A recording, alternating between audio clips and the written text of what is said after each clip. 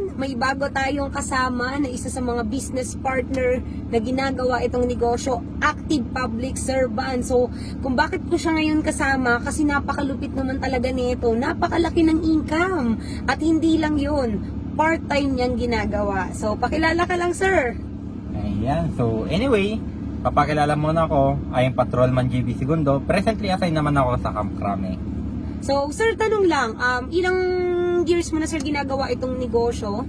And then, tapos, dumating ba sa point, sir, na nagdududa ka rin? Baka iniisip mo na baka ma-scam ako? Baka kasi usually, hindi mawawala kasi, sir, na nagdududa. Diba? So, sa mga nanonood ngayon, ano bang masasuggest mo lang din sa kanila? Okay. So, dito, mga ma'am sir, so, mag 3 years na ako sa October. So, imagine mo, hindi naman ako tatagal dito na mag 3 years na ako sa October, di ba? So, dati, nagduda rin, okay? Pero yung duda ko, pinalitan ko ng tiwala. Pero yung tiwala nyon, tignan, di ko na malayan, okay? Na dito na pala unti-unti, na nababago na yung life ko, yung mga naging experience ko dito. At pinaka-favorite ko pa na makapag-give back ako sa parents ko. At syempre, advice ko lang din sa mga nanonood, kung nakita mo na itong opportunity na ito, maganda talaga. Try mo lang, maging risk taker ka lang din talaga. Ako, tumaya lang din talaga ako. Naging risk taker ako, pero tumaya ako, pero hindi ko akalain. Sobrang ganda na naging experience ko dito sa The VIP Club. Wow. So, sir, tanong lang din, sir. Magkano ba laman ba ng DTC mo? Okay lang ba, sir? Pakita mo lang sa kanila kung magkano yung laman ng DTC mo.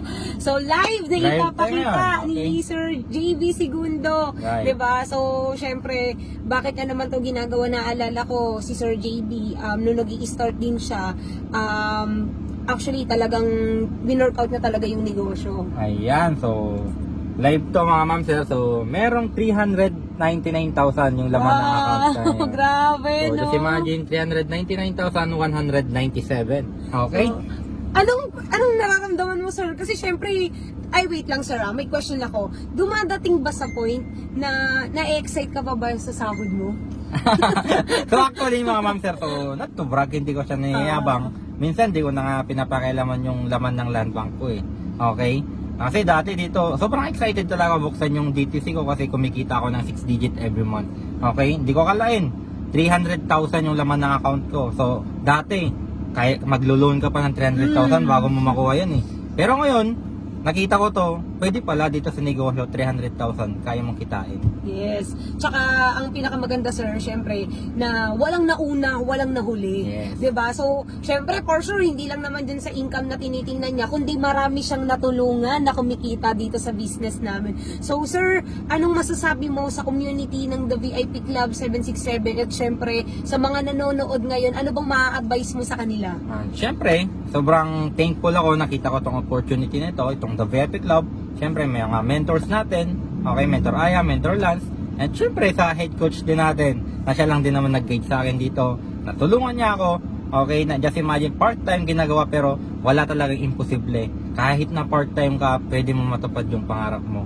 Kaya advice ko lang, mga ma'am sir, kung gusto mo makabangon sa buhay, kung gusto mo mabago yung life mo ngayon, maganda mag-decide ka na.